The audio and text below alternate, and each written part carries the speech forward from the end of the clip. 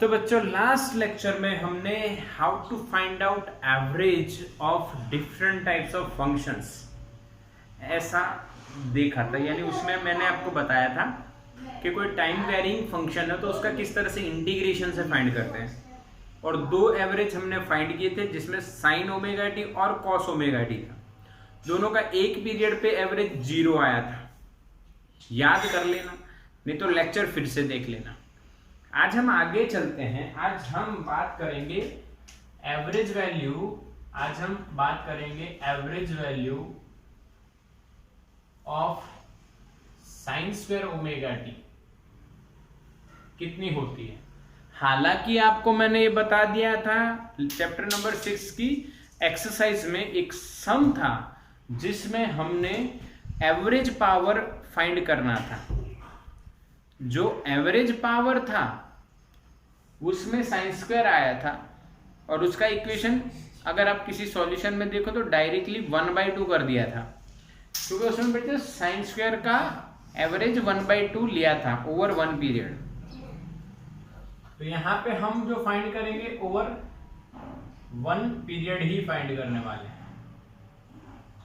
तो ठीक यहाँ पे सॉल्यूशन में आपको बताता हूं 1/2 ही आएगा, ये पक्का है बच्चों। 1/2 ही आएगा, ये पक्का है, पर कैसे आएगा वो बताता हूं आपको।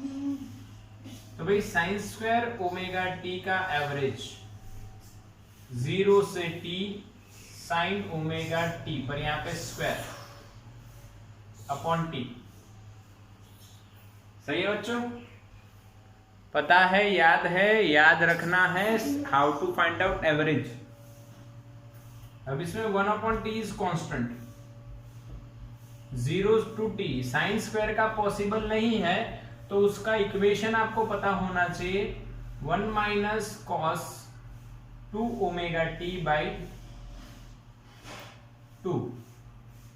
This is the equation of sine square theta. अभी इंटीग्रेशन नहीं किया है, सिर्फ साइन स्क्वायर का इक्वेशन लिखा है बच्चों। ये दो इक्वेशन आपको आने चाहिए। Sine square theta is equals to 1 minus cos twice theta by 2 और दूसरा है कॉस स्क्वायर थीटा यानी 1 कॉस 2 थीटा, वही का वही सेम रिपीट, पर कॉस है तो प्लस और साइन है तो माइनस। ये 11th में भी मैंने आपको पढ़ाए थे, 11th स्टैंडर्ड में भी मैंने आपको पढ़ाए थे। अभी आपको फिर से बताया है, आपको याद रखना है। ठीक, अब आपको पता है कि 1/2 बाहर आ जाएगा, 2t हो गया। अब इंटीग्रेशन करने का समय आ गया, लिमिट 0 से t है, 2 कांस्टेंट बाहर चला गया। 1 का इंटीग्रेशन 1 का इंटीग्रेशन t, कॉस का इंटीग्रेशन प्लस साइन, कॉस का इंटीग्रेशन प्लस साइन, यानी as it is sine 2 omega t upon 2 omega T का रह गया तो चेन लगेगी, चेन नीचे जाएगी, चेन में डिफरेंशिएशन होगा 2 ओमेगा कांस्टेंट टी का 1। समझ में आया बच्चों? अरे हाँ के ना बोलो, मैसेज करो। समझ में आया ये क्या हुआ? साइन कॉस 2 ओमेगा टी का इंटीग्रेशन साइन 2 ओमेगा टी, ये 2 तो बाहर चला गया है। डिनोमिनेटर में इसका डिफरेंशिएशन करना है, 2 ओमेगा टी का डिफरेंशिएशन 2 ओमेगा होगा। अब लिमिट पुट करनी है 1/2t। लिमिट पहले t रखेंगे तो यहाँ पे कैपिटल T आ जाएगा, माइनस साइन, ध्यान से देखो 2 ओमेगा की जगह आप 2π/t लिखो और टाइम आपको t लिखना है, क्योंकि t कट हो जाएगा अपॉन 2 ओमेगा। मैं कन्वर्ट नहीं कर रहा हूं क्योंकि मुझे पता है 0 आने वाला है, नहीं तो मुझे यहाँ पे 2π/t लिखना चाहिए। ठीक है, अब माइनस, अपर लिमिट दोनों में रख दिए, माइनस लोअर लिमिट रखो तो ये 0 माइनस साइन जीरो ही होगा ना, 2 ओमेगा जीरो होगा अपॉन 2 ओमेगा। अच्छा यहाँ पे प्लस होना चाहिए, सही है ना? क्यों? क्योंकि ये माइनस के बाद लिखा जा रहा है, ये पूरा टर्म माइनस के बाद लिखा जा रहा है, तो ये प्लस था माइनस हो गया, और ये माइनस है तो प्लस होगा, और लिमिट 0 रख रहे हैं टी की जगह। चलो ठीक, यहाँ पे टी कट हो गया तो आंसर 1/2 आएगा। सोचो कैसे, मैथ्स पक्का करो, सोचो कैसे। देखो साइन 0 ये तो 0 है, यहाँ पे 2 टू जब 4 पाई, साइन 4 पाई भी 0।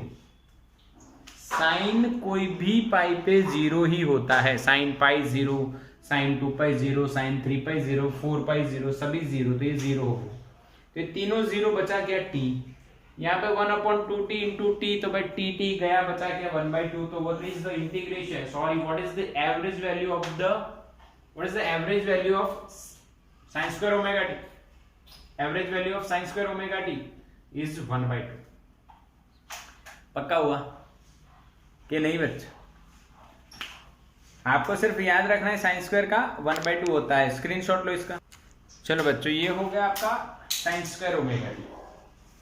अब इसी में मैं कॉस स्क्वायर ओमेगा टी भी बता देता हूं। देखो साइन की जगह कर दो यहाँ पे कॉस स्क्वायर, अगर होता तो क्या आएगा? तो यहाँ पे कॉस हो जाएगा,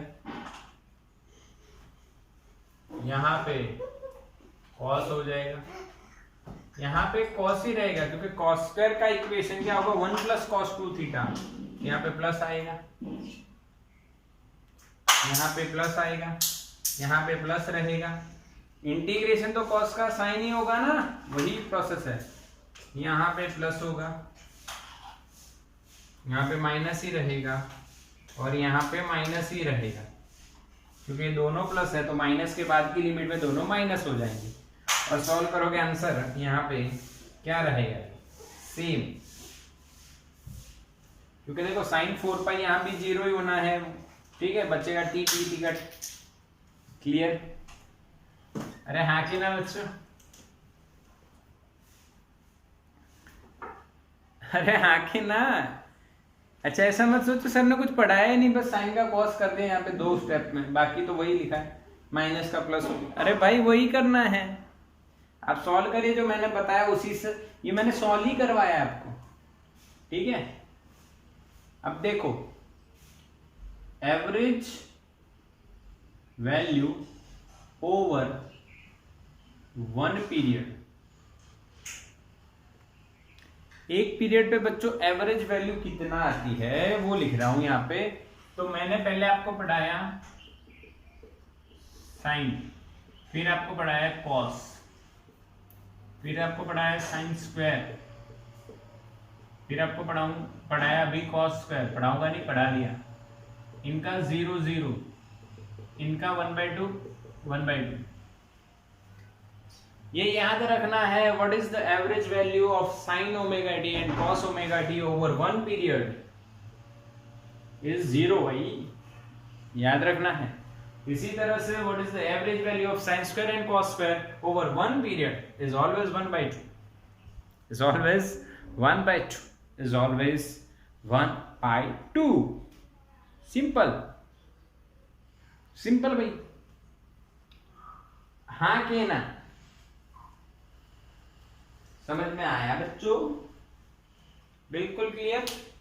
ये आपको याद रखना है, स्क्रीनशॉट ले लो बच्चों।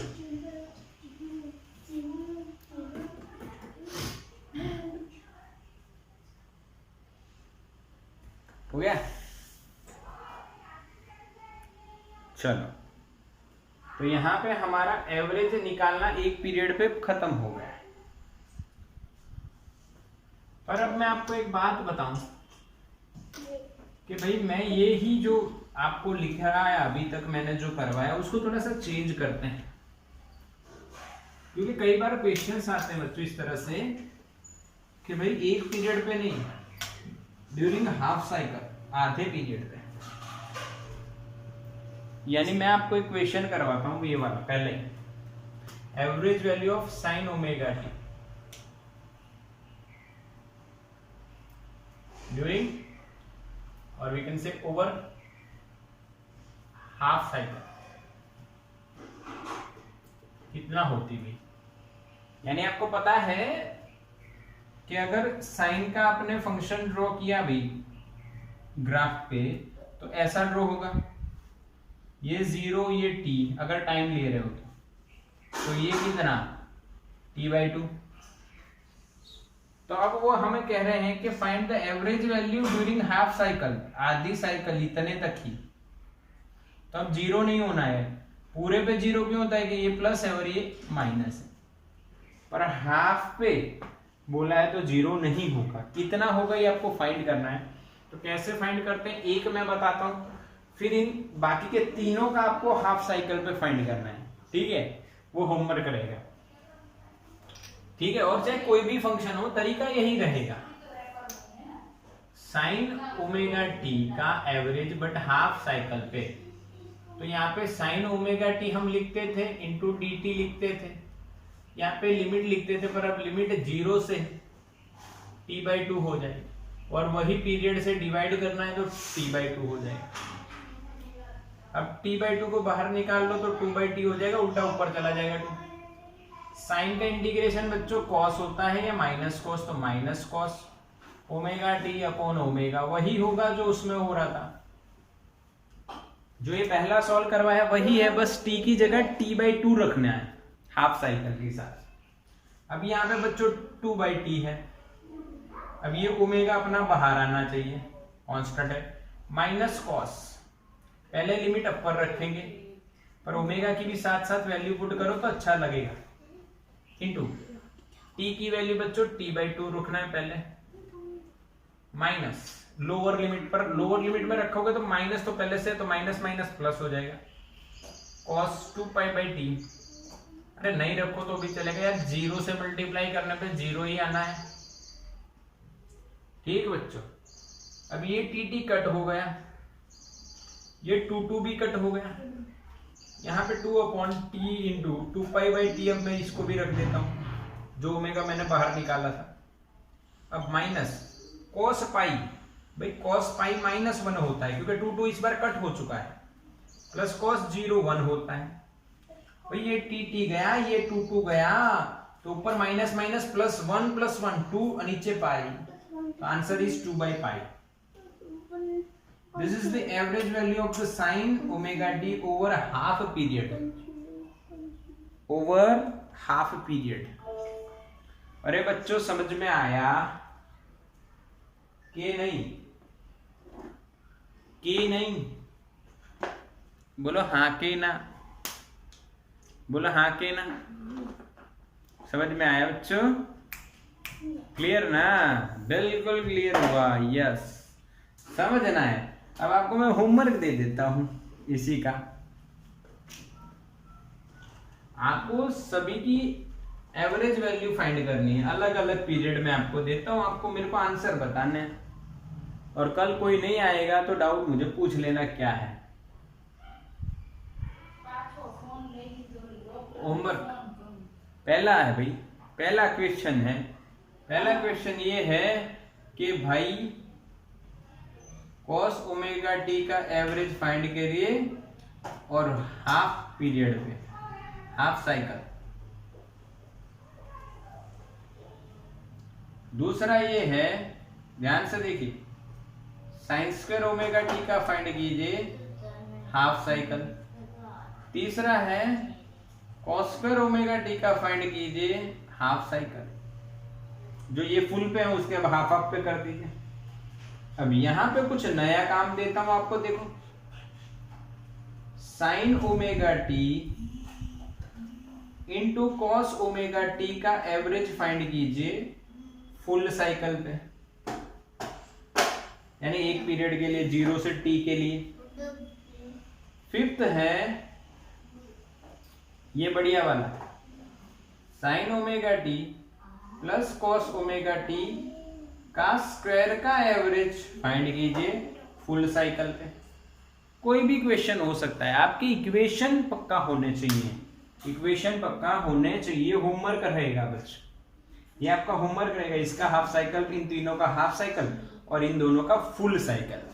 पक्का? हाँ कि ना बोलो। ठीक है, हो जाएगा तो स्क्रीनशॉट ले लो इसका। तो बच्चों होमवर्क मैंने हटा दिया, आपको होमवर्क तो करना ही है और वैल्यूज फाइंड करनी है। अब हम क्या करने वाले हैं, अब मैं आपको बताता हूं कि अब हम आरएमएस वैल्यू फाइंड करना सीखेंगे। क्या फाइंड करना सीखेंगे बच्चों? RMS value. आरएमएस वैल्यू कैसे फाइंड करते हैं, किसकी फाइंड करते हैं वो बता देता हूं। अब मैं बच्चों यहां पे पहला एग्जांपल लिखता हूं, find RMS value of voltage, और we can say AC voltage V is equals to Vm sin omega T. इसकी आरएमएस वैल्यू फाइंड करनी। हम आरएमएस वैल्यू आपको पता है क्या होती है, रूट मीन स्क्वायर, उल्टा करना है स्क्वायर, फिर उसका मीन और फिर उसका रूट। ठीक है, तो पहले स्क्वायर करके एवरेज फाइंड कर लेते हैं हम लोग यहाँ पे। तो स्क्वायर करके एवरेज Vm का स्क्वायर साइंस का स्क्वायर ओमेगा टी भाई। अब एक बात कंफर्म यहां पे नोट करो, Vm क्या है, what is Vm? Vm is the maximum value ना, Vm is the maximum value and what is the average of maximum value, और we can say constant value, वो का वही होगा भाई। तो साइन स्क्वायर ओमेगा टी का एवरेज आपको लिखना है। हाँ के ना बच्चों, समझ में आया? यस और नो? कोई भी कांस्टेंट होगा उसका एवरेज वही होगा यार। मान लो 5 कांस्टेंट है तो उसके 3 वैल्यू मैं आपको दे दूं, 5 5 5, तो उसका एवरेज आप निकालो तो बच्चों 5 ही आएगा, क्योंकि वो कांस्टेंट है भाई। कांस्टेंट का एवरेज वो का वही आता है। तो Vm maximum value of the function और वोल्टेज इज ऑलवेज कांस्टेंट, तो उसको बाहर निकाल लो। इसका पता है आपको, इसका पता है, देखो बाई 2, आंसर क्या आएगा? Vm by root 2। बोलो समझ में आया? रूट निकालना है इसका, और 1/√2 यानी 0.707, तो फाइनल आंसर आया आपका 0.707 Vm, 0.707 Vm। बोलो क्लियर और नॉट? यस और नो बच्चों? This is the simple trick. Find the RMS value of any function. We can find it directly from this logic. ये आपको पता है, इसीलिए अब पता चला RMS वैल्यू क्यों 0 नहीं आई। 0.707 Vm यानी मैक्सिमम वैल्यू के नजदीक आई। क्यों फाइंड करना पड़ा पता है? क्योंकि अगर स्क्वायर नहीं करते हो, डायरेक्ट फाइंड करते हो तो 1 पीरियड पे आंसर 0 आता है। स्क्वायर करके फाइंड करते हो तो एवरेज 0 नहीं आता है, और एवरेज 0 नहीं आया तो आरएमएस भी 0 नहीं आएगी। बोलो क्लियर? बोलो बच्चों क्लियर? तो स्क्रीनशॉट ले लो इसका। अब बच्चों मैं आपको वोल्टेज के बजाय एसी करंट का आरएमएस वैल्यू फाइंड करने के लिए बोलूं तो कुछ भी नहीं होगा। V की जगह आपको I कर देना है और आपको आंसर आता दिखेगा।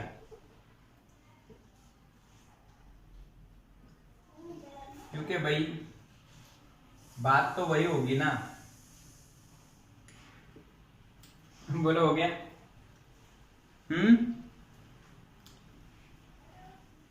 बच्चों समझ में आया कि नहीं? बिल्कुल क्लियर? आगे ना? अरे यार अब आपको क्या क्या याद रखना चाहिए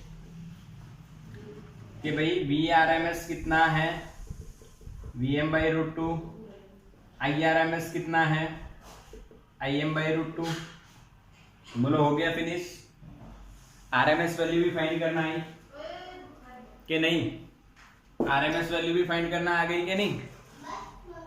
बिल्कुल क्लियर? स्क्रीनशॉट लो इसका भी। चलो बच्चों, अब हम क्या देखेंगे कि हमने अभी तक चैप्टर स्टार्ट ही नहीं किया है, अभी भी आज भी चैप्टर स्टार्ट नहीं होगा और शायद कल भी ना हो। क्यों ना हो? क्योंकि पहले पूरा बेसिक खत्म करेंगे। देखो मैंने आपको एवरेज वैल्यू फाइंड करना सिखाया, साइन का एवरेज, कॉस का एवरेज 0, साइन स्क्वायर का, कॉस स्क्वायर का 1/2। फिर आपको आरएमएस बताया, जल्दी से आ गया। आरएमएस कैसे फाइंड करना है वो भी आपको पता है। और किसी का भी आरएमएस पूछे तो आपको आना चाहिए, पहले उसका स्क्वायर करो, फिर एवरेज करो, फिर रूट ले लो, चाहे कोई भी फंक्शन हो। अब हम क्या बात इसमें इस चैप्टर में हम देखेंगे नई, वो आपके लिए होगा बच्चों फेजर डायग्राम।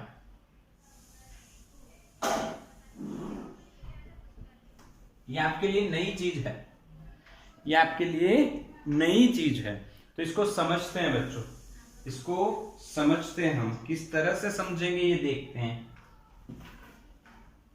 चलो किस तरह से समझते हैं। तो देखो आपको पता होना चाहिए बच्चों हार्मोनिक फंक्शंस। सबसे पहले ये बात करते हैं, हार्मोनिक फंक्शंस किसे कहते हैं। तो भाई जो फंक्शन होते हैं, functions which contains sine and cosine function. जिस फंक्शन में साइन और कॉसाइन आते हो उसको हम लोग क्या बोलेंगे, साइनोसोइडल फंक्शन और हार्मोनिक फंक्शन। कौन से फंक्शन बोलेंगे बच्चों, हार्मोनिक फंक्शन। एक एग्जांपल देता हूं, जैसे कि मैंने लिखा v = Vm sin omega t, इसको हम वोल्टेज का फंक्शन बोलेंगे, बट ये हार्मोनिक फंक्शन है क्योंकि इसमें क्या आ रहा है, साइन। सिमिलरली एक और एग्जांपल हम देखें तो I = Im sin omega t। बताओ बच्चों क्या ये दोनों हार्मोनिक फंक्शन है? हाँ के ना बच्चों, समझ में आ रहे हैं क्या ये दोनों हार्मोनिक फंक्शन है? यस, आ गया समझ में? ओके। अब हार्मोनिक फंक्शन को अगर हम ध्यान से देखें, हार्मोनिक फंक्शन को अगर हम ध्यान से देखें तो हार्मोनिक फंक्शन में एक मैक्सिमम वैल्यू होती है और दूसरा टाइम के साथ वेरी होने वाला फंक्शन होता है, जो एंगल के साथ आता है, जिसमें एक एंगल होता है। तब इसको कैसे ड्रॉ करना है और इसको समझते हैं। देखो पहले मैं यहां पे एग्जांपल ले रहा हूं बच्चों। पहला हम लोग लेते हैं v = Vm sin ओमेगा। अब इसको मैं ग्राफ के फॉर्म में प्लॉट करना चाहूं तो ये हॉरिजॉन्टल एक्सिस और ये वर्टिकल एक्सिस, इसके साथ मुझे कितना एंगल लेना चाहिए, ओमेगा टी, और इसकी जो लेंथ है, मैग्नीट्यूड है, जो कितना है मैक्सिमम Vm, ये Vm।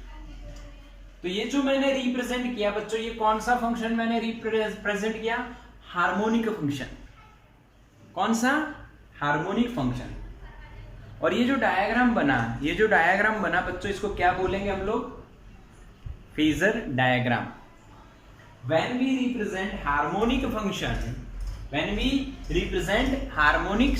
function in the plane, then the diagram is known as phasor diagram।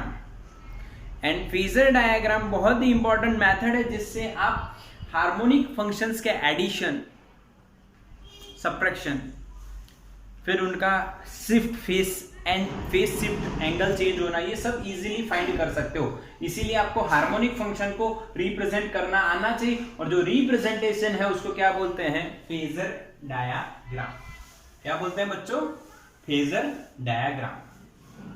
पक्का? और यहां पे ये जो फेजर बना है, ये जो मैंने बनाया phasor with respect to origin, अब इसमें एक बात आप नोट करिए, जैसे टाइम बढ़ेगा वैसे ये गोल घूमेगा, रोटेट होगा।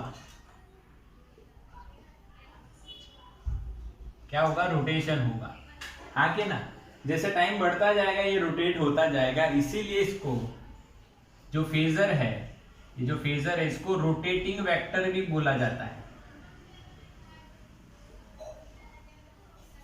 इस फेजर को क्या बोला जाता है? Rotating vector. बोलो समझ में आया? क्योंकि वो बच्चों टाइम बढ़ने के साथ साथ वो रोटेट होता रहता है। हाँ के ना? ये हॉरिजॉन्टल और ये वर्टिकल। पक्का समझ में आया? इसीलिए उसको कौन सा वेक्टर बोला जाता है? Rotating vector. हालांकि वोल्टेज और करंट है ना, स्केलर क्वांटिटीज बोली जाती है। टेंसर वोल्टेज, टेंसर भी बोला जाता है करंट को, बट वोल्टेज और करंट ऐसे नॉर्मली हम लोग स्केलर बोलते हैं। बट यहाँ पे रोटेटिंग वेक्टर क्यों है? क्योंकि उसकी डायरेक्शन कंटिन्यूअसली चेंज हो रही है टाइम के साथ, इसीलिए उसको रोटेटिंग वेक्टर भी बोला जाता है। बोलो समझ में आया कंसेप्ट? पहले मैंने आपको क्या बताया? हार्मोनिक फंक्शन किसे कहते हैं? भाई जिसमें साइन और कॉस हो, वैसे फंक्शन को हम हार्मोनिक फंक्शन बोलते हैं, क्योंकि वो टाइम के साथ कंटिन्यूअसली चेंज होते हैं। अब ऐसे फंक्शन को इन डायग्राम कैसे रिप्रेजेंट किया जाता है? तो एक जितना एंगल उसका हो उतना एंगल लीजिए हॉरिजॉन्टल एक्सिस के साथ, और उसका मैक्सिमम वैल्यू उसका उतना मैग्नीट्यूड लीजिए और उसको ड्रॉ कर दीजिए, तो ये रिप्रेजेंट हो गया। और इसको बोला जाता है फेजर, एंड फेजर को कैपिटल वी से हम लोग डिनोट करते हैं। किससे डिनोट करते हैं बच्चों? कैपिटल वी से, कैपिटल साइन से डिनोट कर लेते हैं, बस कैपिटल कर दो। आया समझ में? अरे हाँ के ना? This diagram is called phasor diagram. एक और बात आपको बता देता हूं, इस एक्सिस को रियल एक्सिस बोलते हैं और इसको इमेजिनरी। पर एनसीईआरटी इस कंसेप्ट को लाती ही नहीं है, क्योंकि इसमें कॉम्प्लेक्स नंबर आ जाएंगे। मैथ्स वालों को पता है कॉम्प्लेक्स नंबर क्या होता है, इसीलिए वो कॉम्प्लेक्स नंबर भी आपको शायद मैं चलाऊं, अगर जरूरत लगी तो हम बताएंगे आपको। So don't worry about it, don't worry about it. तो समझ में आई? This is the phasor diagram of Vm sin omega T. अच्छा, इसी तरह से अगर मैं I is equals to Im sin omega T का फेजर डायग्राम ड्रॉ करना चाहूं तो again horizontal and vertical, omega T is angle with the vertical के हॉरिजॉन्टल। यहां पे आपने लिया इसकी लेंथ कितनी? Im, और this is the phasor I, this is the phasor diagram of Im sin omega T. और ये रोटेटिंग वेक्टर है क्योंकि टाइम के साथ एंगल बढ़ता रहेगा। क्लियर? हालांकि करंट स्केलर माना जाता है, बट यहाँ पे क्या बोला जाएगा? Rotating vector. बोलो फेजर डायग्राम ड्रॉ करना आया कि नहीं बच्चों? स्क्रीनशॉट लो इसका जल्दी से।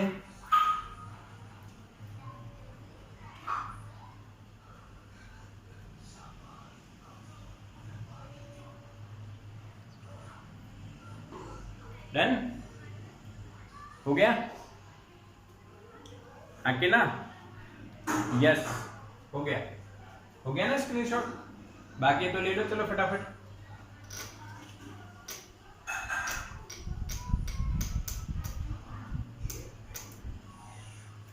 अब देखो बच्चों,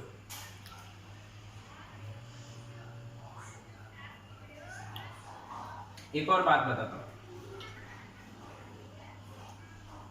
अगर मैंने वोल्टेज का ओमेगा टी के वर्सेस ग्राफ बनाया, ये ग्राफ बना रहा हूं, ये फेजर डायग्राम है, अब मैं ग्राफ बना रहा हूं, तो कैसे बनेगा देखो। अरे यार V बराबर Vm sin ओमेगा टी है, उसकी मैक्सिमम वैल्यू Vm है, और नेगेटिव डायरेक्शन में Vm ही होगी पर माइनस Vm।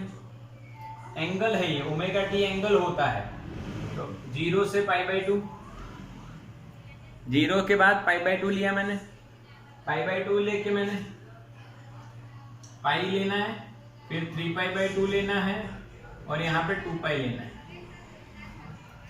अब इसमें साइन है तो साइन 0 तो 0 होगा, साइन 91 1 इंटू Vm तो Vm मिलेगा, साइन पाई अगेन 0, साइन 3π/2 -1 यानी माइनस Vm यहाँ पे मिलेगा बच्चों, फिर साइन 2π 0। तो आपको साइन का अगर ग्राफ आता है तो वैसे ही आप ड्रॉ कर सकते थे ये। This is our final graph. आया समझ में? सेम टू सेम इसका ड्रॉ होगा। तो आपको फेजर डायग्राम बनाना है और ग्राफ भी ड्रॉ करना है। बोलो हाँ के ना? हाँ के ना बच्चों? हाँ के ना? हाँ के ना? मैसेज करो यस और नो। यस, समझ में आया, समझ में आ रहा है, सबको आ गया? ठीक है, क्लियर है ना? फेजर बनाना आ गया, ग्राफ बनाना आ गया। स्क्रीनशॉट ले लिया होगा इसका? यस, इसका लेने की जरूरत है नहीं, ये सब मैंने बताया आपको। तो यहाँ पे हमारा फेजर डायग्राम खत्म हो गया और ग्राफ भी बनाना आ गया। अब देखो, जब आप मेरा लाइव क्लास अटेंड कर रहे होते हो तो कई बार बोल रहे होते हो सर लैग हो रही है, यानी आप पीछे, आवाज पीछे आ रही है, ऐसा होता है कि नहीं होता है? होता है कि नहीं होता, बताओ? मैं बोल रहा हूं और आवाज आपको थोड़ी देर में सुनाई दे रही है, ऐसा होता है? यस। तो इसे लैगिंग बोलते हैं। इसे क्या बोलते हैं? लैगिंग बोलते हैं। अब यानी मैं फेस डायग्राम एंड ग्राफ, ये दोनों आपको विथ फेस शिफ्ट कैसे ड्रॉ करना है ये बताता हूं। यानी ऑडियो थोड़ी सी लैग हो रही है और वीडियो आगे चल रही है, ऐसा होता है। यानी ऑडियो वीडियो में देखो, एक लॉजिक देता हूं आपको। ऐसा नहीं है कि जब हम आगे पढ़ेंगे चैप्टर में तब कई जो हैं डिवाइस हम देखेंगे, रजिस्टर, इंडक्टर, कैपेसिटर, उनका कॉम्बिनेशन देखेंगे। उन सर्किट्स को आप वोल्टेज अप्लाई करोगे। तो सपोज कर लो आपने वोल्टेज अप्लाई किया Vm sin ओमेगा टी, और आपको उसमें करंट मिलता है I = Im sin omega T, नहीं कुछ ज्यादा एंगल या कुछ कम, प्लस और माइनस, ऐसा हो सकता है बच्चों? हाँ के ना? हो सकता है कि नहीं हो सकता? अच्छा, एक स्पेसिफाइड एंगल लेते हैं, इससे इजी रहेगा। मान लो आपने यहां पे लिखा +π/2, 90 जितना ज्यादा एंगल मिलता है, या कम भी मिले तो माइनस, ज्यादा मिले तो प्लस, कोई एक समझता है। अब इनको दोनों को कंबाइंड में ड्रॉ करूंगा, ध्यान से देखना। यहां पे हम फेजर बनाएंगे और यहां पे हम लोग V और I का ओमेगा टी के वर्सेस ग्राफ भी बनाएंगे। समझना मेरी बात, समझना मेरी बात। अब सबसे पहले आप देखिए, आप V बनाइए, Vm sin ओमेगा टी, तो कोई एंगल आप लीजिए विद हॉरिजॉन्टल ओमेगा टी, और ये आपने किसका फेजर बनाया बच्चों? V का फेजर। Vm, इसकी लेंथ Vm होगी मैक्सिमम में। अब आप इसी का यहाँ पे ग्राफ बना दीजिए, इसी का यहाँ पे ग्राफ बना दीजिए। तो Vm sin ओमेगा टी का ग्राफ आपको पता ही है, ऐसा होगा, ये 0, आगे ना, ये 0, यहां पे पाई और यहां पे 2π, यहां पे π/2 और यहां पे 3π/2, पता है ना? This is the graph of V = Vm sin omega T. बोलो इतना समझ में आया बच्चों? मैसेज करो, इतना समझ में आया? हाँ के ना? यस और नो? यस और नो बोलो। ये फेज डायग्राम हो गया, फेजर डायग्राम, फेजर डायग्राम, और ये हो गया graph V versus omega T, सिर्फ V वर्सेस ओमेगा टी। अब इसमें I बताना है आपको, तो इसमें I बताओगे तो आप यहां पे देखोगे I का एंगल कितना है? ओमेगा टी पे 90 ज्यादा, तो ये ओमेगा टी है, इससे 90 एंगल ज्यादा पे आप जाइए, और यहां पे आप किसका फेजर बनाओगे? ये π/2 हो गया, यानी total angle omega T plus π/2 हो गया, और ये किसका फेजर हो गया? I। बोला आया कि नहीं? बोला आया कि नहीं बच्चों? हाँ के ना?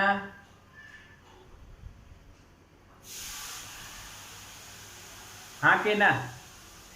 यस, बिल्कुल सिंपल, बिल्कुल सिंपल, आपको बनाना आ गया। अब इसका x कंपोनेंट y कंपोनेंट वो तो लेना आएगा, पर ये समझ में आया तो हाँ, तो हाँ, हाँ के ना? यस। अब ये बनाते इधर, देखो एक साथ आई का मैं डैश डैश से बनाऊंगा। आई की वैल्यू वोल्टेज से थोड़ी कम होती है, तो आपको पता है, ये तो आपको पता है। अब देखो इधर, जब जीरो होगा, टाइम जीरो है, तो ये जीरो हो जाएगा। तो साइन 90 कितना होता है भाई? 1। यानी जब जीरो होगा यहाँ पे, टी जीरो होगा, तब टी जीरो पे आई में ये जीरो पर पाई बाई 2 बचेगा, साइन 91, यानी आपको मिलेगी यहाँ पे Vm, यहां से स्टार्ट होगा। यानी जो करंट का ग्राफ है भाई, देखो वो ऐसे बनना है बच्चों।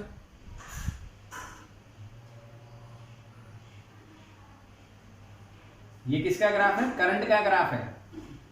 ये जीरो टाइम है, टाइम लिख रहा हूं यहाँ पे, ये T/4 है, ये T/2 है, ये 3T/4 है, और ये T है।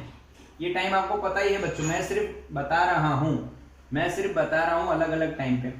तो यहां पे क्या होगा, देखो जब आपने टाइम जीरो लिया बच्चों, टाइम जीरो लिया, पहले जीरो, तो ये जीरो हो गया, पर साइन 90, तो साइन 90 1 होगा। यानी जीरो टाइम पे आई की वैल्यू जीरो नहीं है, भले ही वो फंक्शन साइन का है, क्योंकि वो π/2 साइन फंक्शन से आगे है, तो यानी कि वो कॉस का फंक्शन बन जाता है। कौन सा फंक्शन बन जाता है? कॉस का। कैसे? Time is equal to Im sine, मैं π/2 आगे लिख सकता हूं, plus omega t, sine 90 plus theta, cos theta. Yes और नो? याद है ना? All S T C, sine 90 plus theta, cos theta, sine 90 plus theta second quadrant में साइन पॉजिटिव है, बट 90 है तो साइन का कॉस हो जाता है, Im cos ओमेगा टी। तो ये मैक्सिमम वैल्यू Im है, यहाँ पे Vm है, यहाँ पे माइनस Im है, वोल्टेज की माइनस Vm है। ये टाइम हटा देता हूं, आपको समझाने के लिए बताया था, ये माइनस Vm है।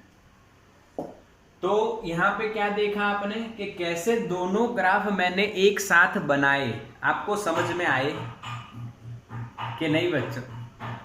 क्लियर हुआ कि नहीं? पहले ये मैसेज करो।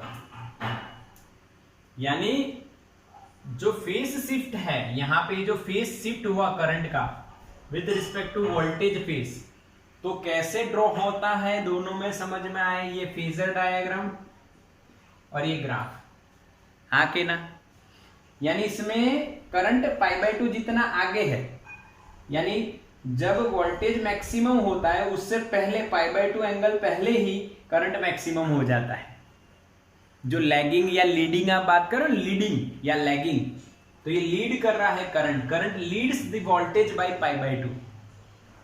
जैसे वीडियो में आप लीडिंग और लैगिंग की बात कर रहे थे ना, वही मैं आपको बता रहा हूं बच्चों, समझ में आया?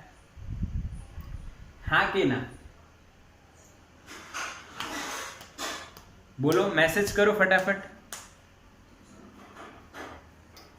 क्लियर हुआ कि नहीं? एक ही के अंदर V और I बता रहे हैं फेजर में, और ग्राफ भी बता रहे हैं। ठीक है, ठीक है, यस।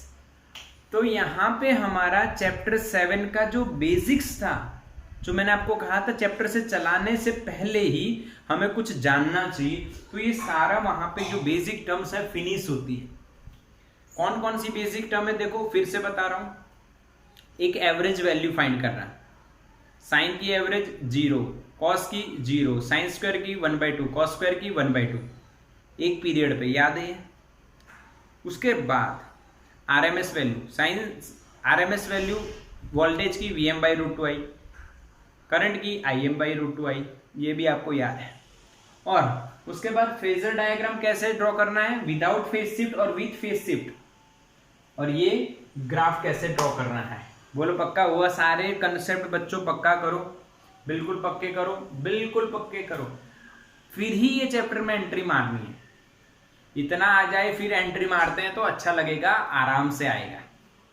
पक्का? तो इसका आप रिवीजन कीजिए अच्छी तरह से और इसका स्क्रीनशॉट ले लीजिए।